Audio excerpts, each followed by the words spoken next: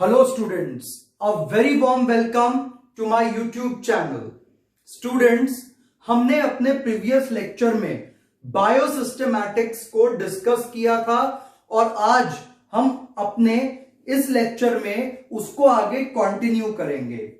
तो हमने क्या सीखा था कि पूरी अर्थ पर 1.7 to 1.8 मिलियन स्पीशीज एग्जिस्ट करती हैं which are known to us. तो पूरी अर्थ पे 1.7 to 1.8 मिलियन नॉन स्पीशीज हैं। तो 17 से 18 लाख डिफरेंट टाइप के लिविंग ऑर्गेनिजम्स अर्थ पे एग्जिस्ट करते हैं जिनका हम पता लगा चुके हैं, और अभी हजारों लाखों ऐसे होंगे जिनका हम पता अब तक नहीं लगा पाए।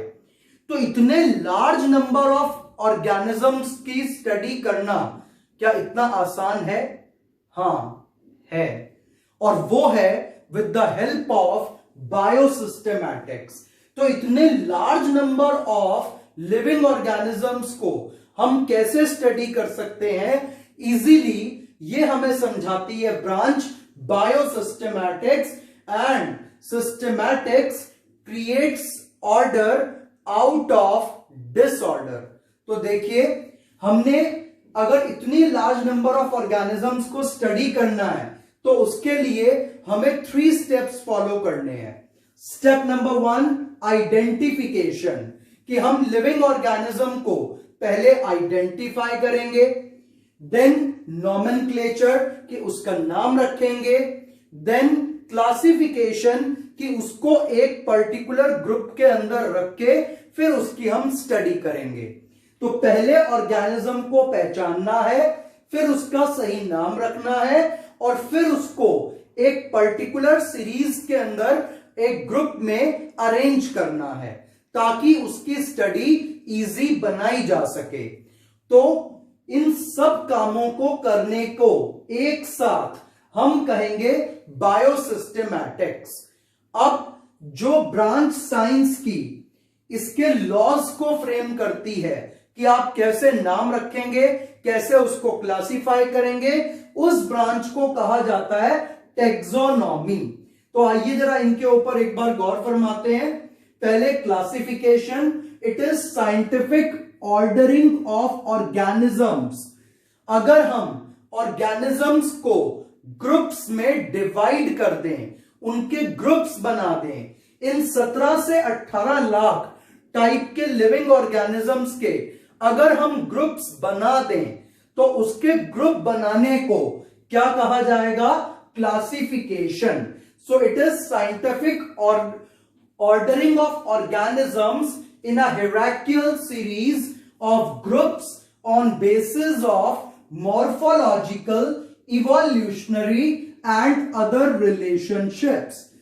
तो आप ग्रुप किस आधार पर बनाएंगे लिविंग ऑर्गेनिज्म के, कैसे उसको अरेंज करेंगे, ये बात भी डेफिनेशन में बता दी गई है कि अगर आपको ऑर्गेनिज्म को एक सही ग्रुप में रखना है तो उसके लिए आप उस ऑर्गेनिज्म के क्या चीज देखेंगे? मॉर्फोलॉजिकल यानी कि एक्सटर्नल कैरेक्टर्स को, इवोल्यूशनरी यानी कि उसकी एंसेस्ट्रल हिस्ट्री को, उसके फोर फादर्स के बारे में भी हम देखेंगे, एंड अदर रिलेशनशिप्स। तो इन सब चीजों को इंक्लूड करके हम ऑर्गेनिज्म को एक पर्टिकुलर ग्रुप के अंदर असाइन करेंगे। तो ऑर्गेनिजम्स के ग्रुप बनाना और ग्रुप्स के अंदर नए ऑर्गेनिजम्स को रखने को एक साथ कहा जाएगा क्लासिफिकेशन। तो क्लासिफिकेशन क्या है? लार्ज नंबर ऑफ ऑर्गेनिजम्स की स्टडी को इजी बनाने के लिए बनाए गए groups. Next is taxonomy. It is the branch of biology that deals with framing of laws and principles of classifying the organisms on basis of their evolutionary relationship। अगर आपको किसी भी ऑर्गेनिज्म को एक पर्टिकुलर ग्रुप में रखना है या ऑर्गेनिज्म के नाम रखने हैं तो उससे रिलेटेड कुछ लॉज हैं, कुछ प्रिंसिपल्स हैं।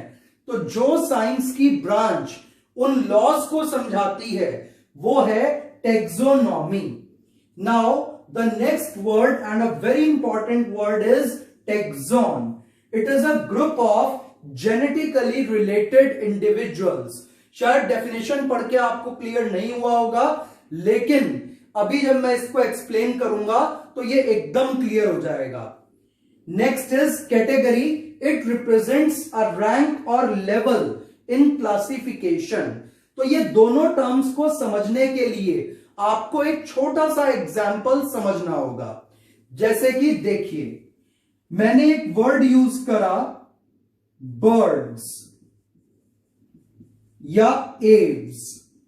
दुनिया की जितनी भी बर्ड्स हैं, जितने भी टाइप की बर्ड्स हैं, whether it is parrot, crow etcetera, चाहे वो कोई भी बर्ड है, उन बर्ड्स को हम एक साथ एक ग्रुप मानते हैं.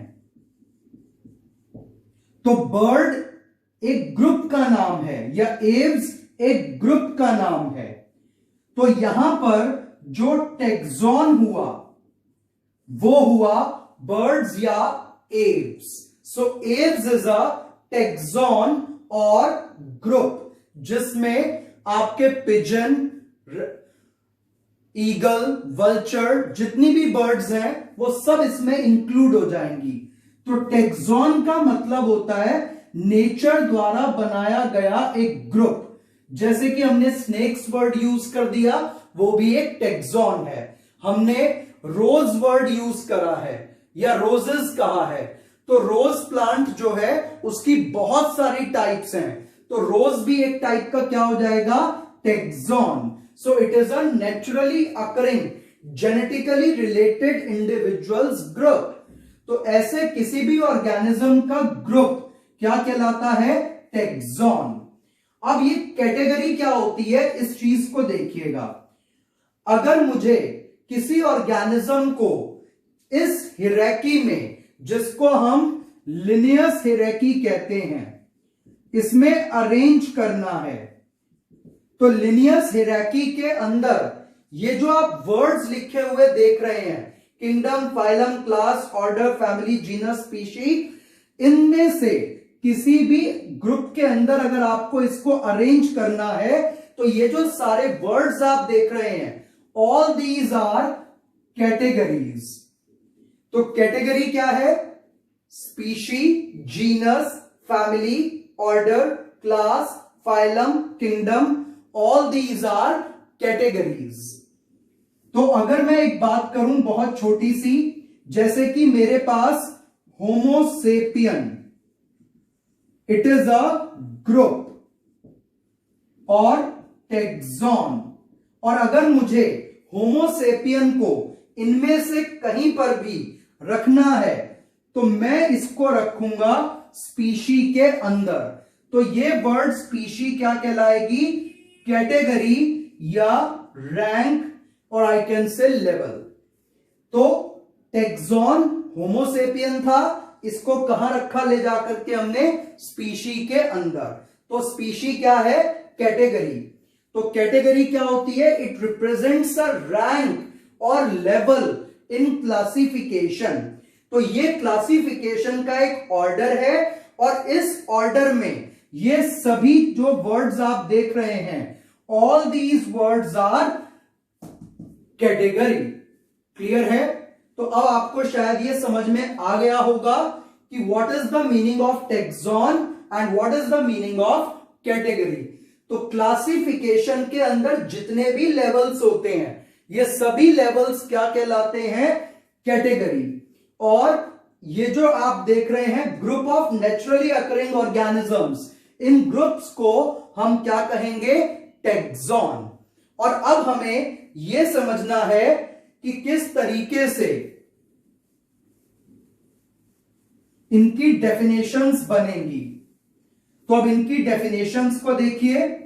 हमें सिर्फ एक डेफिनेशन याद रखनी है स्पीशी की, बाकी सब की हम यहीं से बना लेंगे. और मैंने आपको अपने प्रीवियस लेक्चर में इसकी एक ट्रिक बताई थी लिनियस हियरार्की को याद करने की. कीप पॉट क्लीन और फैमिली गेट सिक. तो ट्रिक क्या है? keep pot clean or family get sick. Kingdom, phylum, class, order, family, genus, species. और इसकी अब डेफिनेशंस के लिए देखिए, तो स्पीशी की डेफिनेशन हमें क्या याद रखनी है? It is a group of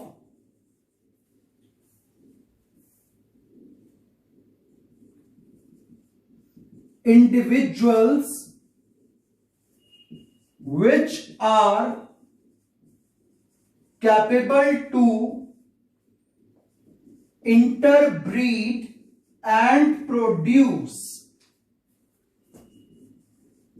fertile offsprings.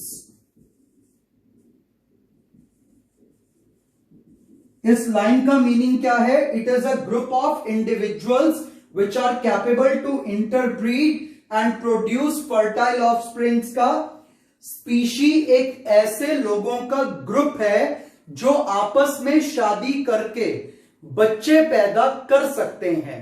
तो जैसे कि सभी ह्यूमन बीइंग्स एक साथ वन स्पीशी बन जाते हैं जिसको हम होमो सेपियन कहते हैं।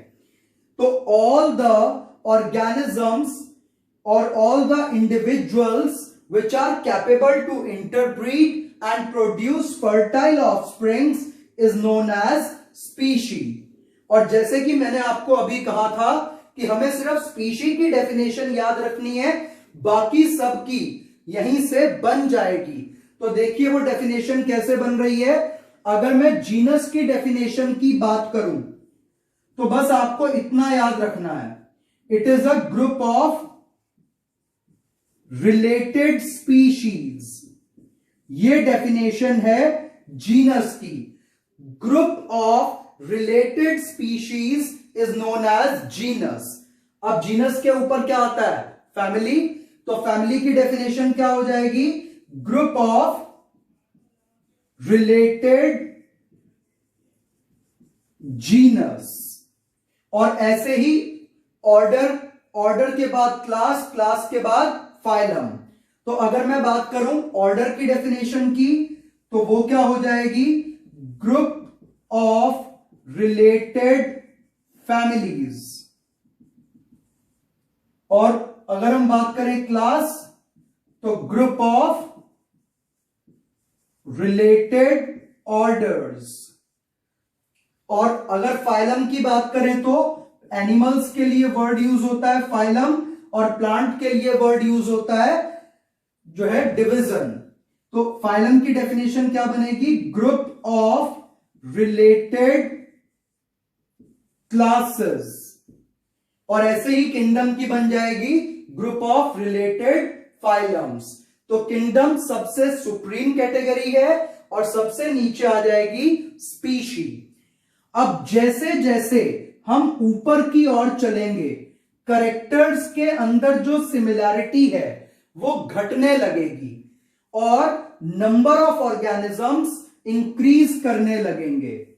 तो लिनियस हिरार्की के अंदर जैसे जैसे हम ऊपर की ओर चलते हैं, करेक्टर्स की सिमिलैरिटी घटती जाएगी और ऑर्गेनिजम्स का नंबर बढ़ता जाएगा। और ये पॉइंट नीट के लिए मोस्ट इंपॉर्टेंट है। इससे रिलेटेड कई क्वेश्चंस नीट में देखे जाते हैं। और अगर हम नीचे की ओर आएंगे तो इसका रिवर्स हो जाएगा, करेक्टर्स में सिमिलैरिटी बढ़ने लगेगी और नंबर घटने लगेगा। तो आइए अब एक बार इसको फटाफट रिवाइज करते हैं और फिर एग्जाम्पल्स के जरिए इसको समझते हैं। तो स्पीशी की डेफिनेशन क्या हो गई? A group of individuals which is capable to interbreed and produce fertile offspring. Genus की डेफिनेशन क्या बन जाएगी? Group of related species. और फैमिली की definition group of related genus.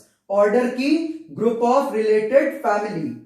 Class की ग्रुप ऑफ रिलेटेड ऑर्डर और फाइलम की group of related class. और किंगडम की ग्रुप ऑफ रिलेटेड फाइलम्स। तो अब इसको एक एग्जाम्पल के जरिए समझते हैं। देखिए जैसे कि हमारे पास ये स्पीशी है लायन, ऐसे ही हमारे पास स्पीशी है टाइगर। तो लायन या टाइगर ये क्या है, स्पीशी है।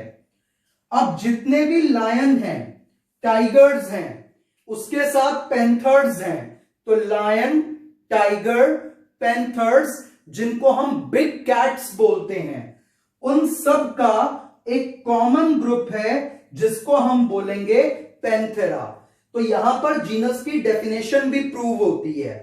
हमारे पास स्पीशी क्या थी, लायन, टाइगर, पैंथर, और जब उन तीनों का ग्रुप बना दिया तो वो ग्रुप क्या कहलाएगा, जीनस, और ग्रुप क्या है यहां पर, पैंथेरा। तो लायन, टाइगर और पैंथर का ग्रुप पैंथेरा, यानी कि ग्रुप ऑफ बिग कैट्स। अब इसके बाद आता है हमारे पास टर्म फैमिली। तो देखिए, बिग कैट्स के ग्रुप को हम कहते हैं या जीनस को हम कहते हैं पैंथेरा। ऐसे ही स्मॉल कैट्स के हम जो है जीनस को बोलते हैं फेलिस। तो स्मॉल कैट्स का जो जीनस है वो है फेलिस, और बिग कैट्स का जो जीनस है वो है पैंथेरा। तो group of genus is called family.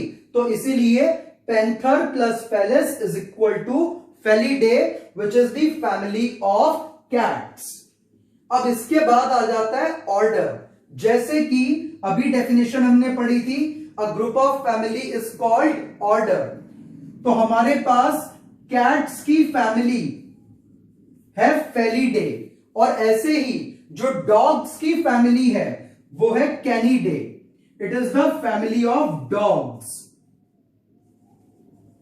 तो कैट्स और डॉग्स को हमने जोड़ दिया एक ग्रुप में जिसको बोला कार्निवोरा, क्योंकि दोनों ही कार्निवोरस हैं। तो ऑर्डर क्या बन गया, कार्निवोरा। तो क्या आप इस बात को समझ पाए कि डिफरेंट डिफरेंट फैमिलीज को जोड़ के हमने क्या बनाया, ऑर्डर। तो यहां पर हमने क्या किया, फैमिलीज को जोड़ा और क्या बना दिया, ऑर्डर। तो यहां हमने कैट्स और डॉग्स की फैमिली को जोड़कर ऑर्डर बनाया कार्निवोरा। अब हमारे पास आ जाता है टर्म क्लास। तो क्लास के अंदर अगर देखें तो हमने प्राइमेटा, कार्निवोरा, और भी इसमें काफी सारे ऑर्डर्स आ जाते हैं, उन ऑर्डर्स को जोड़ के क्लास बनाई मैमेलिया। तो हम डिफरेंट डिफरेंट इनको जो है ग्रुपिंग में ला रहे हैं। तो जैसे कि स्पीशीज का ग्रुप बनाया तो जीनस बन गया, जीनस का ग्रुप बनाया तो फैमिली बन गई, फैमिलीज के ग्रुप बनाए तो ऑर्डर, ऑर्डर्स के ग्रुप बनाए तो क्लास। और अब हमने मैमल, एम्फीबियन, रेप्टाइल, एव्स, इन सबका जब ग्रुप बनाया तो इनका एक लार्ज ग्रुप क्या कहलाएगा, Chordata, which is phylum of fishes, amphibians, reptiles, mammals etcetera. तो ये जो है फाइलम हो गया।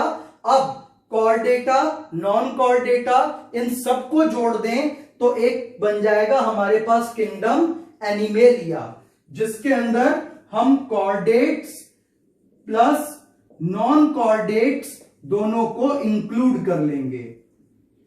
तो इस तरीके से हम इनको जो है समझ पा सकते हैं।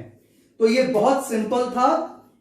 ऐसे लोगों का समूह जो आपस में शादी करके फर्टाइल बच्चे पैदा कर सकता हो उसे कहेंगे स्पीशी, और फिर इन सबके ऊपर ऊपर जाते हुए ग्रुप्स बनते चले जाएंगे। अब आपने देखा कि यहां पर स्पीशी तो केवल एक दो थी, जैसे कि लायन, टाइगर, और ऊपर आए तो इनका ग्रुप के अंदर सारी बिग कैट्स ऐड हो गई, और ऊपर आए तो big cats plus small cats भी हो गई, ऊपर आए तो डॉग्स और कैट्स सब ऐड हो गए, और ऊपर आए तो और डिफरेंट डिफरेंट टाइप के लिविंग ऑर्गेनिजम्स ऐड होते चले गए। तो जैसे जैसे हम ऊपर जा रहे हैं नंबर ऑफ ऑर्गेनिजम्स बढ़ते जा रहे हैं, क्योंकि पहले सिर्फ एक लायन था, फिर सारी कैट्स आ गई, फिर डॉग्स भी आ गए, फिर अदर कार्निवोर्स भी आ गए, मैमल्स भी हो गए, बर्ड्स भी हो गई, सब इंक्लूड हो गया। तो इसका मतलब नंबर ऊपर जाते हुए बढ़ रहा है। तो जैसे जैसे हम ऊपर जाएंगे ऑर्गेनिजम्स का नंबर बढ़ता चला जाएगा, लेकिन कैरेक्टर्स में सिमिलैरिटी घटती चली जाएंगी। जैसे यहां पर फाइलम कॉर्डेटा में फिश भी आती है, एम्फीबियन भी आता है, रेप्टाइल भी आता है, मैमल भी आता है। तो ऊपर आते हुए जो करेक्टर्स हैं उनमें सिमिलैरिटी घटती जाएगी और नीचे जाते हुए सिमिलैरिटी बढ़ती जाएगी। तो आपको इस पॉइंट को भी ध्यान रखना है और ये पॉइंट आपको यहां पर मैंने प्रूव भी करके दिखा दिया कि कैसे ऊपर आते हुए नंबर जो है वो इंक्रीज हुआ और करेक्टर्स में सिमिलैरिटी घटती जाएंगी। क्योंकि एनिमेलिया में सारे एनिमल्स आ जाएंगे, तो क्या सारे एनिमल्स एक जैसे दिखाई देते हैं? नहीं, यानी कि यहां पर सिमिलैरिटी घट गई, लेकिन इन पॉइंट्स पर सिमिलैरिटी बहुत ज्यादा होगी आपस में ऑर्गेनिजम्स की। तो होप आपको यहां तक समझ में आ गया होगा। तो एक बार इसको क्विक समझ लेते हैं दोबारा से। क्लासिफिकेशन, ऑर्गेनिजम्स को एक ऑर्डर में अरेंज करना। टेक्सोनॉमी, उस ऑर्डर में अरेंज करने के लिए जो रूल्स हैं उससे रिलेटेड है taxonomy. Tax on, it is a group of similar genetically related individuals. जैसे कि आपके आगे मैंने वर्ड बोला था, स्नेक्स, लिजर्ड्स या बर्ड्स, ये सब क्या है? टेक्सॉन है। कैटेगरी, ये जो आप 7 नेम्स देख रहे हैं, ऑल दीज आर कैटेगरीज। उसके बाद फिर इन सबकी डेफिनेशन की आपको ट्रिक बता दी गई है और अब इससे रिलेटेड कुछ क्वेश्चंस मैं आपको अब दूंगा। उसके साथ साथ जो टेक्सोनॉमिकल एड्स हैं उससे रिलेटेड क्लास हमारी अब नेक्स्ट क्लास होगी। तो स्टूडेंट्स, जो अभी हमने टॉपिक किया है, आइए उस पर कुछ क्वेश्चंस करते हैं। तो क्वेश्चन नंबर 1, असेंडिंग और descending arrangement of taxonomic categories is known as. तो बहुत सिंपल सा आंसर होगा, the answer will be hierarchy. Next question, a taxon is a group of related species, group of related families, type of living organisms or taxonomic group of any ranking. तो इसका answer होना चाहिए D, that is taxonomic group of any ranking. What is the basic unit of classification? तो ये काफी important question है। तो important ये क्वेश्चन आपके 1 मार्क में भी आएगा स्कूल के अंदर। तो basic unit of classification is species. तो आप इसका स्क्रीनशॉट ले सकते हैं। आइए देखते हैं कुछ और क्वेश्चंस को। Next question is, a taxa differs from taxon due to being higher taxonomic category than taxon, being a lower taxonomic category than taxon, being plural of taxon और being singular। तो इसका आंसर आपकी NCERT में clearly mentioned है। तो इसका answer होगा सी, being plural of taxon। Next question, a group of organism with similar trait of any rank is. तो ये भी बहुत सिंपल और इजी क्वेश्चन है। अ group of organism with similar trait of any rank is. तो इसका answer क्या होना चाहिए? तो इसका आंसर होना चाहिए A, taxon. Next question, species is considered as. इनमें से स्पीशी क्या है? तो स्पीशी हमेशा सबसे नीचे लिखी थी हमने, तो इसलिए it is the smallest taxon of taxonomic classification. आपने होप इसका स्क्रीनशॉट ले लिया होगा। तो आइए देखते हैं एक और क्वेश्चन को। Which one is species? इनमें से कौन सी स्पीशी है? कैनिस, पाइजम, लियो और कार्निवोरा। तो answer will be Leo, that is lion. Hope आपको ये क्वेश्चन समझ में आ गए होंगे। अब आगे के और क्वेश्चंस के लिए और एक बहुत इंपॉर्टेंट ट्रिक के लिए which will be very helpful for you to learn the chart given in NCERT. तो हमारे नेक्स्ट लेक्चर के लिए आप रेडी रहिए। Thank you everyone.